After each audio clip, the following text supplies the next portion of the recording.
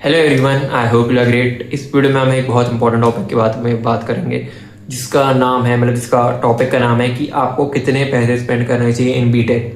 ठीक है ना, ये काफ़ी इंपॉर्टेंट क्वेश्चन है क्योंकि देखो, हम कोई बहुत रिच फैमिली से तो आते नहीं है, we belong to middle class family. तो इट इज़ वेरी इंपॉर्टेंट कि हम फालतू खर्चा ना करें, हम पहले से ही पूरा एस्टिमेशन कर ले कि यहाँ पे कितनी फीस लगेगी, हमारे पास कितना पैसा खर्च होगा और जो हमें रिटर्न ऑफ इन्वेस्टमेंट आएगा वो कितना आएगा। ठीक है ना, तो ये सब कॉलेज टू कॉलेज डिपेंड करता है and it is very important कि हम ये सब सोच के जाएं, ना कि हड़बड़ाहट में कोई डिसीजन लें। तो देखो क्या होता है ना कि आप जो JEE देते हो, आपको JEE के बेसिस में हो सकता है कि आपको जो आपके जो स्टेट है उस स्टेट में आपको कुछ गवर्नमेंट कॉलेजेस मिल जाए। I am not talking about NIT and IIT के अलावा भी बहुत ज़्यादा कॉलेजेस होते हैं जो आपको मिल सकते हैं। और उन कॉलेजेस में क्या रहता है, फीस काफ़ी कम रहती है, प्लस वो आपके घर के पास में रहते हैं, तो आपको वहाँ पे काफ़ी कम प्राइस में आपकी बीटेक हो जाती है। ठीक है ना, जैसे कि मेरे पास जबलपुर में एक JEC कॉलेज है, तो JEC की फीस बहुत कम, कुछ अराउंड 4 लाख होगी पूरा सब मिला के, और साथ में कोई हॉस्टल की भी कोई दिक्कत नहीं है।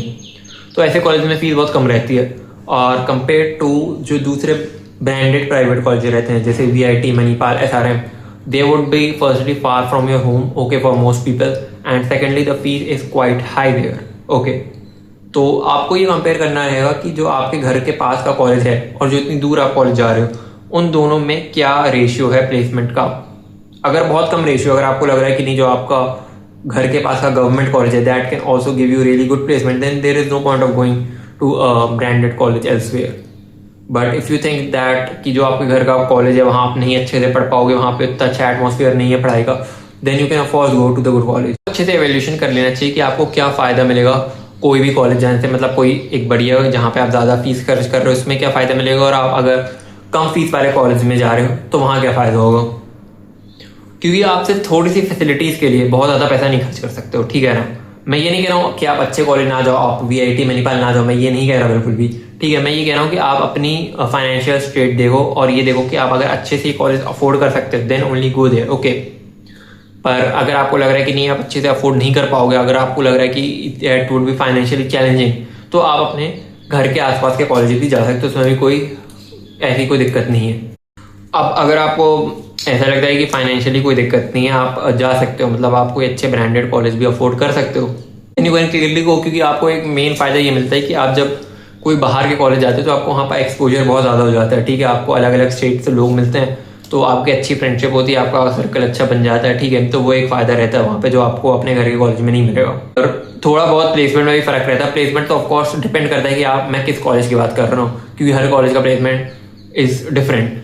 ठीक है, पर बहुत ज़्यादा प्राइवेट कॉलेजेस में, specially in Tier 3 colleges, I would say there is not very much difference in the placement. ठीक है, इवन Tier 2 और Tier 3 में भी मतलब रहता है डिफरेंस, पर बहुत ज़्यादा नहीं रहता। मतलब जैसे अगर आप एक IIT को कंपेयर करोगे एक Tier 2 कॉलेज से, तो वो डिफरेंस बहुत ज़्यादा रहेगा, पर आप एक Tier 2 और Tier 3 को कंपेयर करोगे तो डिफरेंस थोड़ा श्रिंक हो जाता है। ठीक है ना, क्योंकि देखो मेन जो कंपनीज हैं जैसे TCS है, इन्फोसिस है और एसेंशियल है, ये लगभग बहुत ज़्यादा कॉलेजेस में जाती हैं। ठीक है ना, they are not very exclusive to one college. ऐसा नहीं कि वो सिर्फ मणिपाल में जा रही हैं और कोई दूसरे लोकल कॉलेज में नहीं जा रही हैं। अब अगर लोकल कॉलेज बहुत ही बेकार है तो शायद ना जाए। ठीक है ना, पर अगर कोई लोकल कॉलेज भी अच्छा ठीक ठाक गवर्नमेंट कॉलेज है, ठीक है, जो आपको एक ठीक ठाक परसेंटाइल में मिलता है, तो वो भी वहाँ पे भी सारी कंपनीज जाएंगी, वहाँ पे भी TCS, इन्फोसिस तो जाएंगी।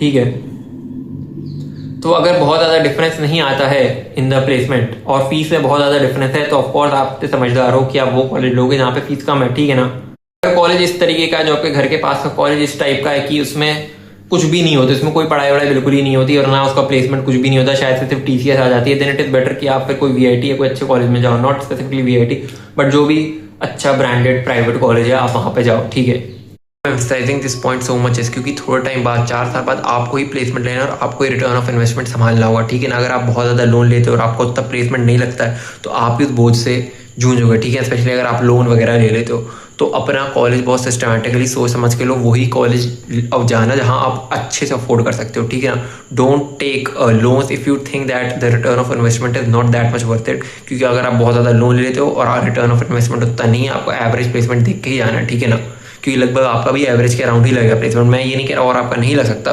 बट हमें तो जब जा रहे रहते हैं हमें यही केस, एवरेज केस ही कंसिडर करना रहता है। ठीक है everyone, that's it for the video. If you have any other doubts you can comment it down. Bye.